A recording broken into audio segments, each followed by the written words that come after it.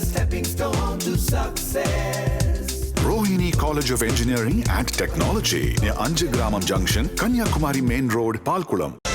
தாவேக தலைவர் விஜய் முதலமைச்சராக பொறுப்பேற்க உள்ள ஏற்பாடுகள் தீவிரமாக நடந்து வருகின்றன. நேரு ஸ்டேடியம் முழு வீச்சில் தயாராகி இருக்கிறது. அங்கே விருந்தினர்கள் வரக்கூடிய காட்சிகளை பார்க்கிறோம். மேடை தயாராக இருக்கிறது. மற்றொரு பக்கம் விஜயின் கான்வாய் தற்போது வந்து கொண்டிருக்கும் காட்சிகளை பார்க்கிறோம். விஜயின் கான்வாய் நேரு ஸ்டேடியத்தை நோக்கி வந்து கொண்டிருக்கும் காட்சிகளை பார்க்கிறோம். முதலமைச்சருக்கான அந்த பாதுகாப்போடு, முதலமைச்சருக்கான அந்த வழிமுறையோடு முதலமைச்சர் கான்வாயாக விஜயின் கான்வாய் தற்போது வந்து கொண்டிருக்கிறது. நேரு ஸ்டேடியமை விஜய் முதலமைச்சராக பொறுப்பேற்பதற்காக தேர்ந்தெடுத்திருக்கிறார். இதற்கு முன்னதாக இந்த நேரு ஸ்டேடியம் என்பது அரசியல் ரீதியாக முக்கியத்துவம் வாய்ந்த நிகழ்வுகளை சந்தித்திருக்கிறது. விஜய்க்கே அரசியல் ரீதியான முக்கியத்துவம் வாய்ந்த நிகழ்வாக இந்த நேரு ஸ்டேடியம் இருந்திருக்கிறது. இருந்தாலும் 3 முறை முன்னாள் முதலமைச்சர் ஜெயலலிதா இந்த நேரு ஸ்டேடியத்தில் முதலமைச்சராக பொறுப்பேற்றிருக்கிறார். ஒரு முறை முன்னாள் முதலமைச்சர் கருணாநிதி இந்த நேரு ஸ்டேடியத்தை பதவியேற்புக்காக பயன்படுத்தி இருக்கிறார்.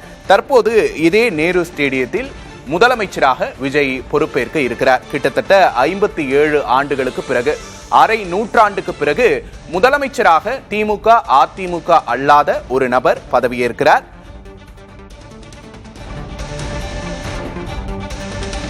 தற்போது கூடுதல் விவரங்களை செய்தியாளர் ராஜ்குமாரிடம் கேட்டு பெறலாம். ராஜ்குமார், விஜயின் கான்வாய் வந்துகிட்டு இருக்கிறத பாக்குறோம். நேரு ஸ்டேடியம்க்கு பல நுழைவு வாயில்கள் இருக்கு. நீங்க எந்த பகுதியில் இருக்கீங்க? ஏற்பாடுகள் எப்படி இருக்கு? யாரெல்லாம் இப்ப உள்ள வந்திருக்காங்க?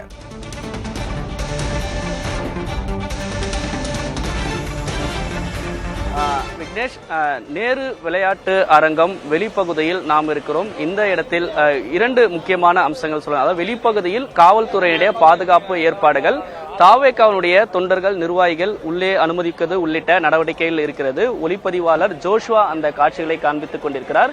நேரு விளையாட்டு அரங்கம் பொறுத்தவரை தற்பொழுது முதலமைச்சராக ஜோசப் விஜய் பதவியேற்கக்கூடிய நிகழ்வுக்கு காவல்துறையினர் கடுமையான பாதுகாப்பு ஏற்பாடுகள் செய்திருக்கிறார்கள். இந்த இடம் கிட்டத்தட்ட காவல் ஆணையாளர் உள்ளிட்ட உயர் அதிகாரிகளுடைய கண்காணிப்பில் 6000 பேர் பாதுகாப்பு பணியில் ஈடுபட்டு இருக்கிறார்கள். மொத்தம் 7 நுழைவாயில்கள் இருக்கிறது. ஒவ்வொரு இடத்திற்கும் இந்தந்த கேட் என்ட்ரியில் யாரை உள்ளே அனுமதிப்பது என்ற திட்டமிடலை ஏற்கனவே காவல்துறையினர் செய்திருக்கிறார்கள். அதே போன்று நிகழ்வில் வர இருக்கக்கூடிய முக்கியமானவர்களுக்கு அனுமதி அட்டை பாஸ் வழங்கப்பட்டிருக்கிறது. அதன் அடிப்படையிலே உள்ளே அனுமதிப்பதற்கான ஏற்பாடுகளை செய்திருக்கிறார்கள். தற்போது காவல்துறையினர் கூட அந்த பாதுகாப்பு ஏற்பாடுகளை பட்டியல் வைத்திருக்கிறார்கள்.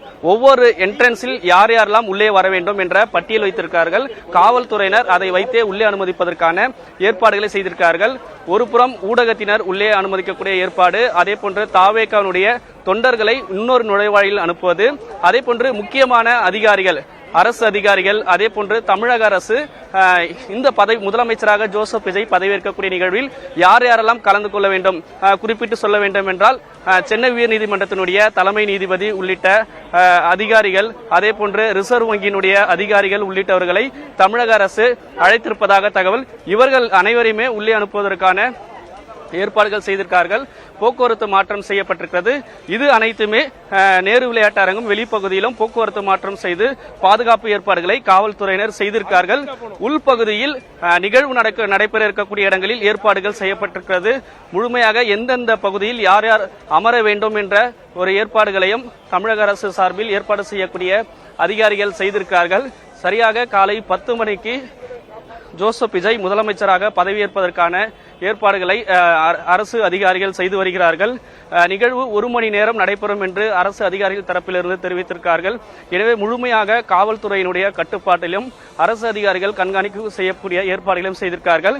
அதே போன்று நுழைவு அட்டை இல்லாத பல்வேறு மாவட்டங்களிலிருந்தும் தாவேகாவுடைய தொண்டர்களும் வந்திருக்கிறார்கள். அவர்களை உள்ளே அனுமதிப்பதற்கான சூழல் இல்லை. அதாவது அனுமதி சீட்டு இருக்கக்கூடிய நபர்களை மட்டுமே உள்ளே அனுமதிப்பதற்கான ஏற்பாடுகளை காவல்துறையினர் செய்து வருகிறார்கள். அதே போன்று நேற்று இரவுதான் பதவியேற்பு நிகழ்வுக்கு திட்டமிடப்பட்டு இருந்ததால் சென்னையில் 15 இடங்களில் LED திரை அமைப்பதற்கான ஏற்பாடுகளையும் சென்னை மாநகராட்சி சார்பாக அமைக்கப்பட்டிருக்கிறது.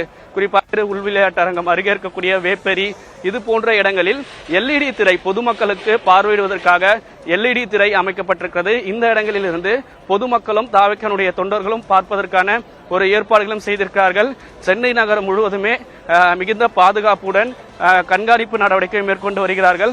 அதன் அடிப்படையில் நேரு உள் விளையாட்டு அரங்கம் மிக உன்னிப்பாக பதவியேற்பு விழாவுக்காக தயாராகி வருகிறது. விக்னேஷ், நிச்சயமாக ராஜ்குமார், நேரு உள் விளையாட்டரங்கில் உள்ளே செல்ல அனுமதி சீட்டு கிடைக்காதவர்கள் வெளியிலும் தாவேகா தொண்டர்கள் குழுமி இருப்பதை பார்க்க முடிகிறது. தற்போதைய விவரங்களுக்கு நன்றி ராஜ்குமார். தொடர்ந்து பேசலாம்.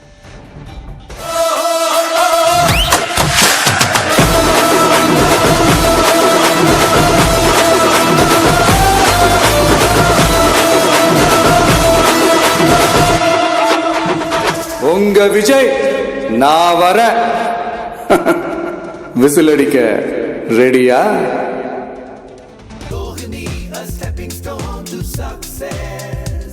Rohini College of Engineering and Technology near Anjagramam Junction, Kanyakumari Main Road, Palkulam.